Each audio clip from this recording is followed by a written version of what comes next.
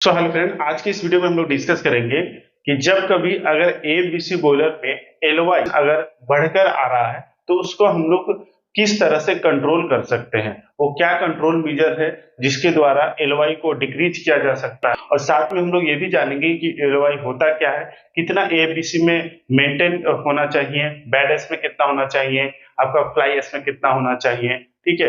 और अगर एलओआई फिर भी अगर बहुत सारे कंट्रोल मेजर करने के बाद भी बढ़कर आ रहा है तो उस कंडीशन में हमें क्या करना चाहिए। ओके, तो वीडियो बहुत इंफॉर्मेटिव होगा, वीडियो के साथ बने रहें। और यदि आप इस चैनल पर नए हैं तो चैनल को सब्सक्राइब करें ताकि इस टाइप की इंफॉर्मेटिव वीडियो आपको सबसे पहले मिले। तो चलिए बिना समय गवाए वीडियो करते हैं स्टार्ट।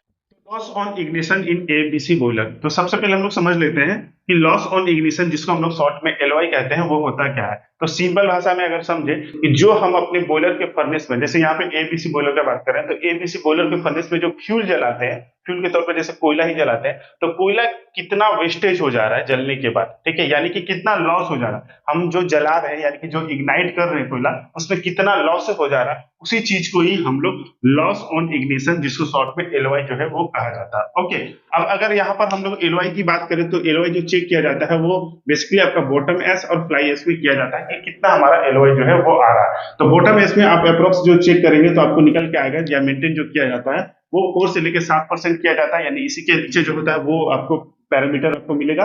और अगर फ्लाई एस जो देखेंगे तो वो लगभग 1 से लेकर 3% या 2 से लेकर 4% तक जो है वो मेंटेन किया जाता है। ओके, लेकिन ये भी डिपेंड करता है कि आपका जो बॉयलर का डिजाइन जो है वो कैसा है, और जो आप कोल जो यूज कर रहे हैं वो कैसा है। ठीक है, उसकी क्वालिटी क्या है, इस पर बॉयलर डिजाइन है कि नहीं।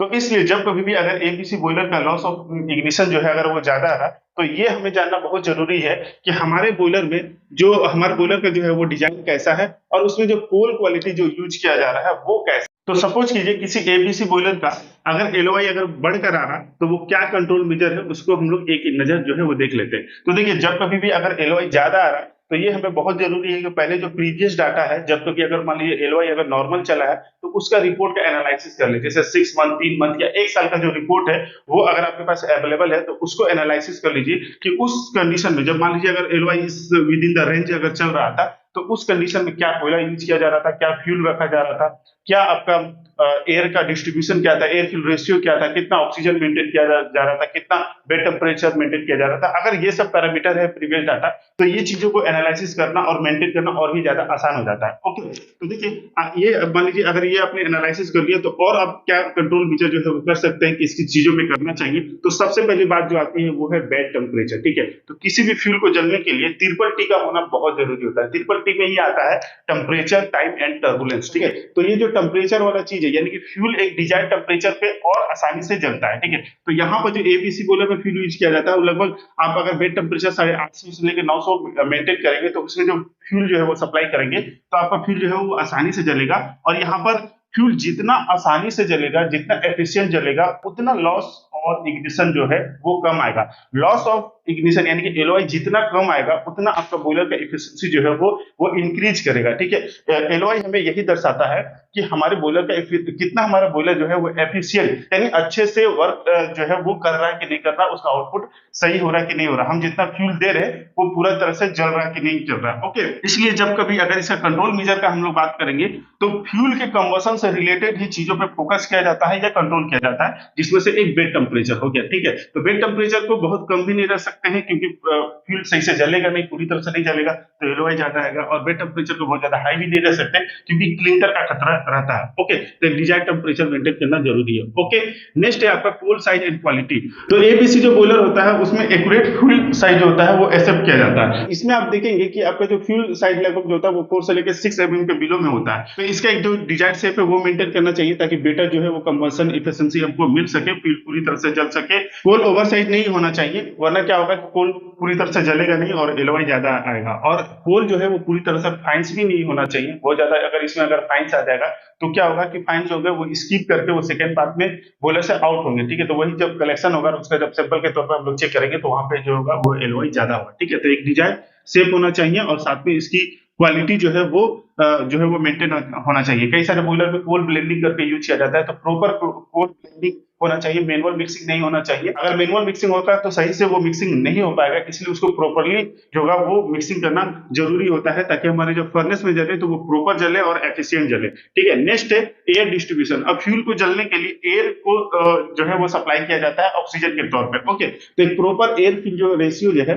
वो मेंटेन होना चाहिए, जो एक्सेस ऑक्सीजन जो है वो मेंटेन होना चाहिए, ताकि हम ये इंश्योर हो पाए कि हम जो फ्यूल सप्लाई कर रहे हैं फर्नेस में वो पूरी तरह से जल रहा है या नहीं जल रहा है। ठीक है, ये सभी जो डाटा जो होती है, जो कितना हमें रखना चाहिए इस एक प्रॉपर बॉयलर में, ये आपके बॉयलर का मैनुअल जो होता है उसमें मेंशन रहता है। कभी भी अगर बॉयलर का कमीशनिंग किया जाता है तो उस समय सभी पैरामीटर जो होता है, जो प्रॉपर पैरामीटर वो मेंशन किया रहता है। तो अगर वो मैनुअल वो पैरामीटर अगर मिल जाए तो एक बॉयलर डिस्ट्रेस इंजीनियर को बॉयलर चलाना और भी आसान हो जाता है एफिशिएंटली। ठीक है, ये बहुत सारे प्लांटों में देखा जाता है कि जो बॉयलर चला रहे होते हैं, यानी कि जो डिस्ट्रेस इंजीनियर होते हैं, उनको मैनुअल हो चाहे कोई पैरामीटर हो वो प्रोवाइड ही नहीं हो पाता है। तो मैनेजमेंट को भी चाहिए कि आपका जो पैरामीटर है, जो मैनुअल है, वो प्रोवाइड हो सके डीसीएस इंजीनियर को, ताकि वो प्रॉपर ऑपरेशन कर। ओके, अब नेक्स्ट आता है जो कंट्रोल मेजर में, वो है बेड मटेरियल। ठीक है, तो एक सही बेड मटेरियल का मेंटेन करना, ठीक है, बेड हाइट का मेंटेन करना जरूरी होता है। ठीक है, जो प्रॉपर बेड हाइट, अगर बेड हाइट अगर कम है तो आपका मिक्सिंग जो होगा वो सही से नहीं होगा। ठीक है, आपका टेम्परेचर प्रोफाइल जो होगा वो डिस्टर्ब होगा। अगर बेड हाइट बहुत ज्यादा होगा तो कोल्ड डंप होने का खतरा रहेगा। जो ओल्ड जो फ्यूज्ड बेड मटेरियल हो गए हैं उसको पीरियडिकली यानी कि टाइम टू टाइम जो होगा वो रिप्लेस करना चाहिए नए बेड मटेरियल से। ठीक है, तो उसको बेड हाइट को देखते हुए अपना जो बेड को ड्रेन करके नया बेड मटेरियल लेना चाहिए। ओके, और साथ में फिजिकली फर्नेस का हमारा क्या कंडीशन है, यानी कि बेड का क्या कंडीशन है, वो जा जाकर चेक करना चाहिए। आप एबीसी अगर बॉयलर देखे होंगे तो एबीसी बॉयलर में आप देखे होंगे कि जो डेस्क इंजीनियर होते हैं या जो फील्ड ऑपरेटर होते हैं, वो टाइम टू टाइम जो है वो फर्नेस का कंडीशन जो है वो फिजिकली जाकर चेक करते हैं। ओके, कि फर्नेस का क्या कंडीशन है, फ्लेम का क्या कलर है, फ्लूइडाइड सही से हो रहा है कि नहीं हो रहा, हमारा फ्यूल जो है वो सही से जल रहा है कि नहीं चल रहा है, तो ये सब चेक करना जरूरी है। तो ये सब अगर चेक करते हैं और सही पाया जाता है तो वो भी आपका एलओआई को रिड्यूस करता है। ओके, नेक्स्ट आपका फ्यूल फीडिंग। तो फ्यूल फीडिंग जो होगा वो आपका यूनिफॉर्म होना चाहिए, यानी कि जो पोल नोजल होते हैं उससे जो फ्यूल जो सप्लाई हो रहा है वो यूनिफॉर्म वे में होना चाहिए, ताकि हमारा फ्यूल चारों तरफ डिस्ट्रीब्यूट हो और सही से एफिशिएंट जल सके। और ओवर फीडिंग को जो है वो अवॉइड करना चाहिए। ओके, नेक्स्ट है आपका लोड वेरिएशन। तो maintain constant load and less variation. अब देखिए, लोड वेरिएशन अगर बहुत ज्यादा होता है बॉयलर में तो उसी अनुसार से फीडिंग कम या ज्यादा होता है, तो उस केस में क्या होता है, ओवर फीडिंग होने का चांसेस रहता है। तो इसलिए अगर लोड वेरिएशन ज्यादा है तो उस केस में आपका एलओआई जो है वो आने का चांसेस भी ज्यादा होगा। नेक्स्ट है रेगुलर मॉनिटरिंग।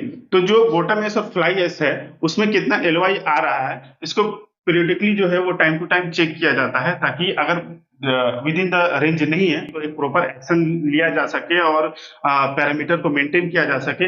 ओके, और इसी चीज को जो पैरामीटर सही आ रहा है कि नहीं, इसके लिए टाइम टू टाइम जो है बीच बीच में आपका लैब रिपोर्ट को भी क्रॉस वेरिफिकेशन करना चाहिए। कभी कभी क्या होता है कि आपका लैब रिपोर्ट ही गलत हो जाता है। ठीक है, तो उस केस में भी आपको एक क्रॉस वेरिफिकेशन होना बहुत जरूरी है।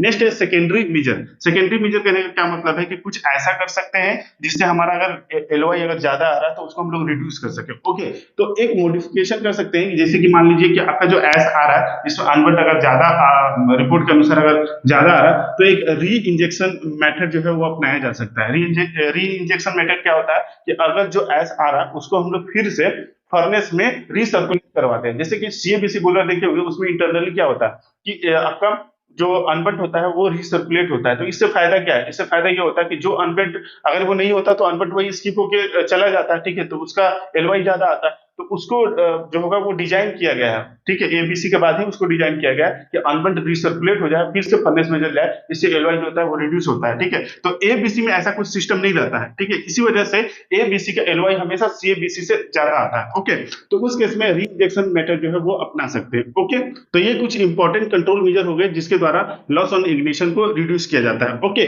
अब कुछ बातों को ध्यान देना बहुत जरूरी है जिसकी वजह से जो पैरामीटर जो है वो गड़बड़ ना है। ओके, अब पहली चीज क्या है कि sample collection should be done on stable boiler load. जब कभी भी सैंपल लिया जाता है तो वो स्टेबल लोड पे, बॉयलर जब स्टेबल चल रहा होता है, स्टेबल कहने का क्या मतलब है, मतलब कि सभी parameter with in the range रहे, ऑक्सीजन मेंटेन रहे, बेड टेम्परेचर मेंटेन रहे, लोड में बहुत ज्यादा वेरिएशन ना हो। ठीक है, कोयले का यूनिफॉर्म डिस्ट्रीब्यूशन रहे। ठीक है, तो ये चीजें आपको एक डीसीएस इंजीनियर जो चला रहे होते हैं वही सबसे अच्छा बता सकते हैं। तो जब कभी भी अगर सैंपल लिया जाता है तो एक डीसीएस इंजीनियर से कंसल्ट करके लिया दिया जाता है और स्टेबल लोड है तो उसी समय ड्रेन करके या जो सैंपल कलेक्शन पॉइंट है वहां से ड्रेन करके आपका सैंपल को कलेक्ट किया जाता है। ठीक है, ताकि रिपोर्ट जो है वो सही आए। ओके, नेक्स्ट है क्रॉस वेरिफिकेशन ऑफ रिपोर्ट। जैसा कि मैंने यहाँ पे बताया कि क्रॉस वेरिफिकेशन भी होना जरूरी है। और नेक्स्ट है discuss boiler behaviour with senior या ओल्ड कलीग या इंजीनियर्स या जो डेस्क इंजीनियर्स होते हैं उनके साथ डिस्कशन होना जरूरी होता है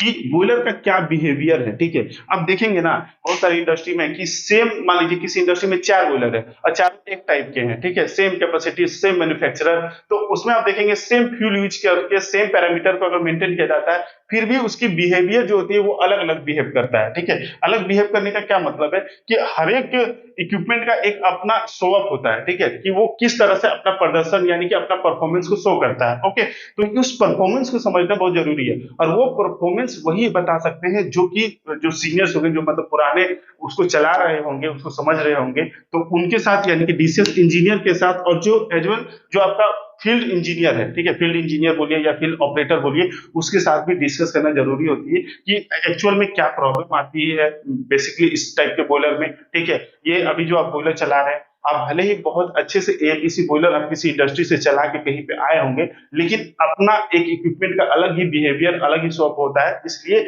इसको डिस्कशन करना जरूरी है और क्या पैरामीटर मेंटेन किया जाता है इसको भी डिस्कस करना चाहिए ताकि हमारा अनबन जो है वो कम आए। ओके, अब मान लीजिए कि फिर भी आपको ऐसा लगता है कि हम सब कुछ मेंटेन कर रहे हैं, एवरी पैरामीटर मेंटेन है, फ्यूल मेंटेन है, ठीक है, हर एक चीज मेंटेन है, लेकिन फिर भी आपका जो है वो एलओआई ज्यादा आ रहा है, तो ये आपको अब जरूरी बन जाता है कि जो बॉयलर का मैन्युफैक्चरर है उसके साथ डिस्कस करें। ठीक है, तो उसके लिए जो पैरामीटर बनता है वो उस पैरामीटर को मेंशन करके जो बॉयलर का मैन्युफैक्चरर है वह उसके साथ डिस्कस करें कि हमारा ये पैरामीटर हम मेंटेन कर रहे हैं। ठीक है, और इतना हमारा एलवाई होना चाहिए लेकिन इतना नहीं आ पा रहा है, तो क्या इशू है वो आपको बता पाएंगे। ओके, तो ये भी आप एक स्टेप्स जो है वो ले सकते हैं। बेसिकली आपका ये सब जो कंट्रोल मीजर जो हम लोग डिस्कस किए वही लिया जाता है। ओके, बाकी आप कमेंट बॉक्स में बताइएगा कि आपके बॉयलर में जो बॉटम एस जो फ्लाई एस है उसमें अनबर्न जो है वो कितना आता है, ठीक है, या कितना मेंटेन किया जाता है, और इसका भी आंसर दीजिएगा कि बॉटम एस में जो